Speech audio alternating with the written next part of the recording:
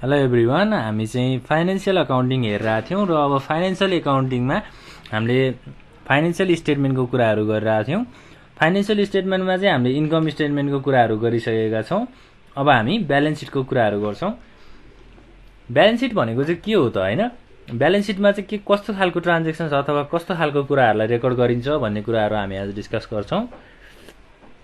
Balance seat भनेको चाहिँ एउटा स्टेटमेन्ट हो जहाँ चाहिँ एसेट्स र लायबिलिटिजहरूलाई है, बिजनेसको एसेट्स र लायबिलिटिजहरूलाई चाहिँ रेकर्ड गरिन्छ। अथवा ब्यालेन्स सिटलाई चाहिँ के भन्न सकिन्छ भन्दा it is a statement summarizing the financial position of the firm है। कुनै पनि संस्थाको अथवा कुनै पनि बिजनेस अर्गनाइजेसनको फाइनेन्सियल पोजिसनहरूलाई समराइज गर्ने काम चाहिँ एउटा स्टेटमेन्टले गर्छ, जसको नाम के हो त ब्यालेन्स सिट हो। अब assets, liabilities, share holders equity भनेको सबै कुराहरू हामीले ब्यालेन्स सिटमा गर्छौँ, ब्यालेन्स सिटमा राख्छौँ। ल, it is prepared at the end of the accounting period है। अकाउन्टिङ पिरियडको चाहिँ एट द इन्ड भनेको लास्टमा चाहिँ यो कुराहरू प्रिपेयर गरिन्छ।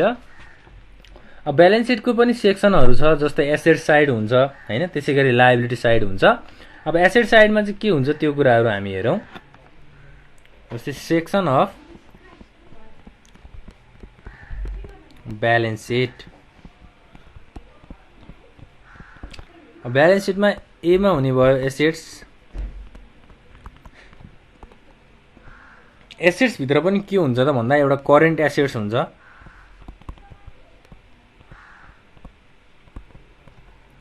त्यसै गरी इन्भेस्टमेन्ट,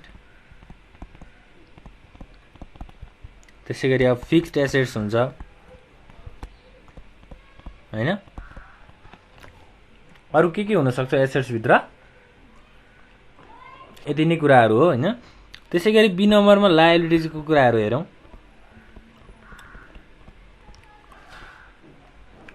लायबिलिटिजमा चाहिँ अब के हुन सक्छ त भन्दा जस्तै करेन्ट लायबिलिटिज,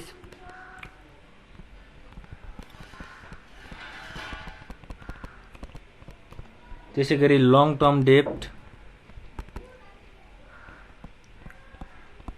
होइन,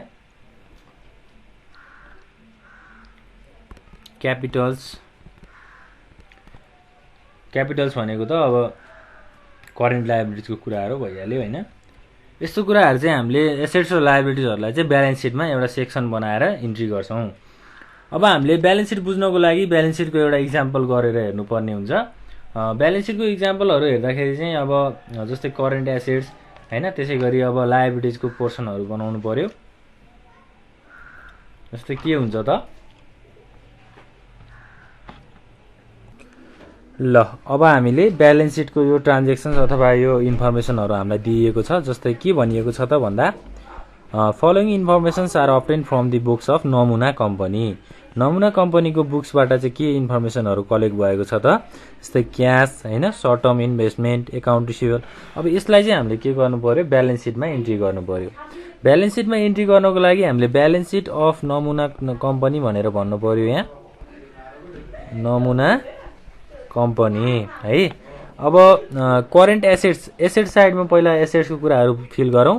जस्तै करेन्ट एसेट्स भनेर भनेको छ। करेन्ट एसेट्स भित्र अब के हुन्छ त, जस्तै क्यास भनेको करेन्ट एसेट्स हो है। त्यसै गरी अर्को भनेको अब सर्ट टर्म इन्भेस्टमेन्ट भनेको छ माथि क्वेसनमा, सर्ट टर्म इन्भेस्टमेन्ट। त्यसै गरी अरू के भनेको छ, एकाउन्ट रिसिभेबल भनेको पनि करेन्ट एसेट्स हो,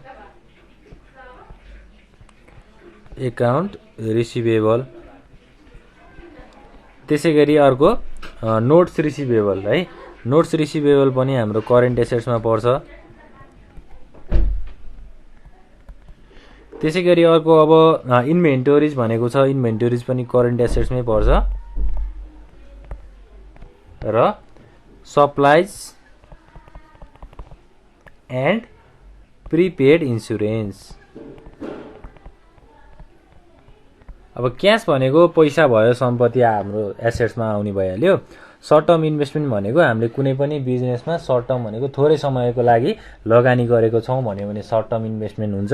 त्यसै गरी एकाउन्ट्स रिसिभेबल भनेको अब हामीले कोही व्यक्तिसँग अथवा कोही मान्छेसँग चाहिँ पैसा लिन बाँकी छ त्यो कुराहरू एकाउन्ट रिसिभेबलमा आउँछ।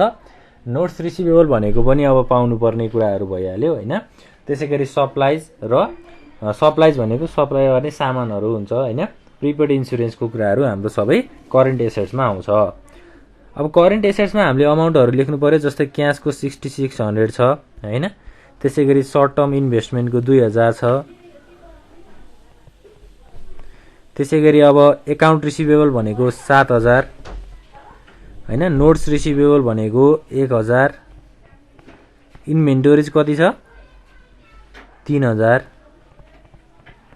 सप्लाइज भनेको कति हो 2100 र लास्टमा प्रिपेड इन्सुरेन्सको चाहिँ 400। यो भनेको सबै के भयो त करेन्ट एसेट्सको अमाउन्टहरू भयो। अब हामीले लङ टर्म इन्भेस्टमेन्टलाई चाहिँ छुट्टै नै रेकर्ड गर्न सक्छौँ र हामीले यहीँ पनि रेकर्ड गर्न सक्छौँ। जस्तै लङ टर्म इन्भेस्टमेन्ट भनेको लामो समयसम्म इन्भेस्ट गर्ने पैसा होइन। पैसा इन्भेस्ट गर्न पनि सकिन्छ अथवा अरू हामीले एसेट्सहरू इन्भेस्ट गर्न पनि सकिन्छ। लङ टर्म इन्भेस्टमेन्टमा चाहिँ के आउँछ भन्दा इन्भेस्टमेन्ट इन रियल इस्टेट है। रियल इस्टेट भनेको अब घर जग्गाहरू बिक्री गर्ने मान्छेहरूलाई अथवा घर जग्गा बिक्री गर्ने प्रोसेसलाई हामीले रियल इस्टेट बिजनेस भनेर भन्छौँ। इन्भेस्टमेन्ट इन रियल इस्टेट भनेर भनेको छ।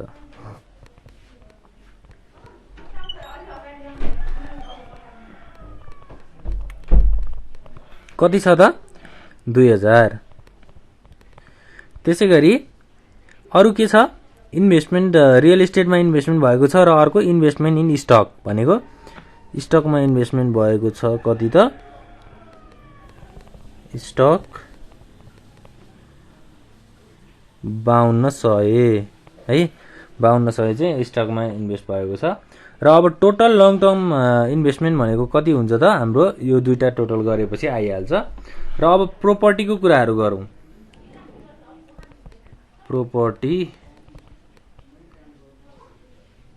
प्रोपर्टीमा चाहिँ अब के कुराहरू आउँछ जस्तै अब ल्यान्ड होइन। ल्यान्ड भयो, अफिस इक्विपमेन्ट भयो, यी सबै भनेको प्रोपर्टीको कुराहरू हो। ल्यान्ड भनेको जग्गा होइन। प्रोपर्टीमा चाहिँ ल्यान्ड कतिको छ त 10,000 को। त्यसै गरी अफिस इक्विपमेन्ट भन्छ अफिसमा चाहिने सामानहरू। अफिस इक्विपमेन्ट चाहिँ कति छ त 24,000 है। 24,000 चाहिँ अफिस इक्विपमेन्ट छ। ल अब हाम्रो प्रोपर्टी प्लान्ट एन्ड इक्विपमेन्टको कुराहरू चाहिँ यति नै हो। र अब डेप्रिसिएसनलाई चाहिँ हामीले के गर्नुपर्छ घटाउनुपर्छ, किनभने डेप्रिसिएसन भनेको चाहिँ कुनै पनि प्लान्ट इक्विपमेन्ट अथवा मेसिनरी सामानमा र प्रफिटमा लाग्ने कुराहरू हो। एकुमुलेटेड डेप्रिसिएसन 5000 जसलाई हामीले प्रोपर्टीसँग लेस गर्छौँ। एकुमुलेटेड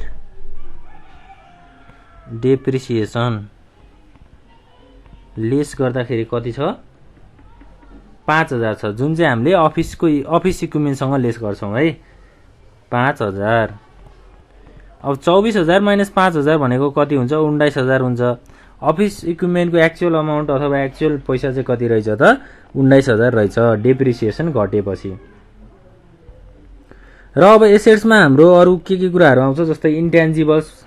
अब इन्ट्यान्जिबल्समा चाहिँ प्याटेन्टको कुराहरू आउँछ। प्याटेन्ट जस्तै कपिराइट होइन। इन्ट्यान्जिबल एसेट्स जसलाई चाहिँ हामीले देख्न सकिँदैन, देख्न नसक्ने कुराहरूलाई हामीले इन्ट्यान्जिबल एसेट्स भन्छौँ।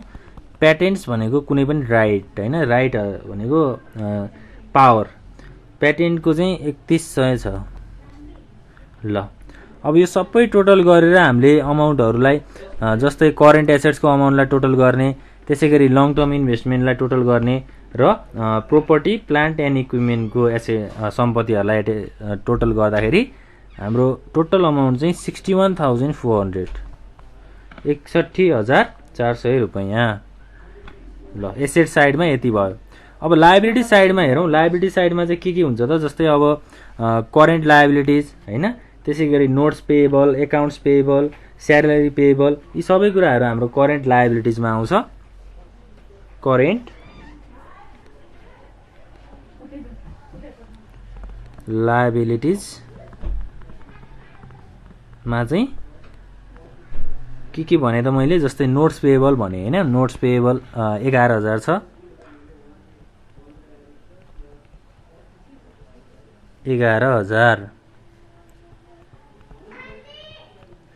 त्यसै गरी अर्को के छ एकाउन्ट्स पेएबल।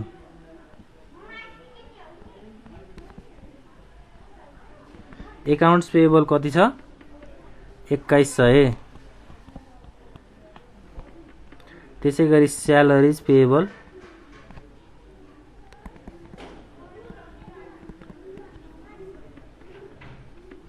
1600। त्यसै गरी हाम्रो अनअर्न्ड रेभिन्यू चाहिँ कति छ 900। सबै कुराहरू करेन्ट लायबिलिटिजमा आएको छ। त्यसै गरी इन्ट्रेस्ट पेएबल ब्याज तिरेको कुराहरू इन्ट्रेस्ट पेएबल चाहिँ हाम्रो 450 र अब यति चाहिँ हाम्रो यति कुराहरू करेन्ट लायबिलिटिजमा आउँछ। बाँकी कुराहरूलाई हामीले जस्तै अब लङ टर्म डेट भनेको लामो समयसँगको ऋण हैन पाउनुपर्ने कुराहरू। त्यसै गरी अब स्टक होल्डर्स इक्विटी यसलाई चाहिँ हामीले छुट्टै नै रेकर्ड गर्छौं। करेन्ट लायबिलिटिजको चाहिँ कुराहरू यति नै हो। यसलाई हामीले टोटल अमाउन्ट भनेर बुक गर्न सक्छौं। अब लङ टर्म डेब्टको कुराहरू गरौँ है। लङ टर्म डेब्ट भित्र चाहिँ के आउँछ एउटा मोर्टगेज भन्छौं हामी मोर्टगेज पेएबल नोट्स पेएबल। अब मोर्टगेज पेएबलमा अमाउन्टहरू कति छ जस्तै मोर्टगेज पेएबलमा 10,000। त्यसै गरी नोट्स पेएबलमा चाहिँ 1300। यो भनेको लङ टर्म डेब्ट है। त्यसै गरी अब स्टक होल्डर्स इक्विटी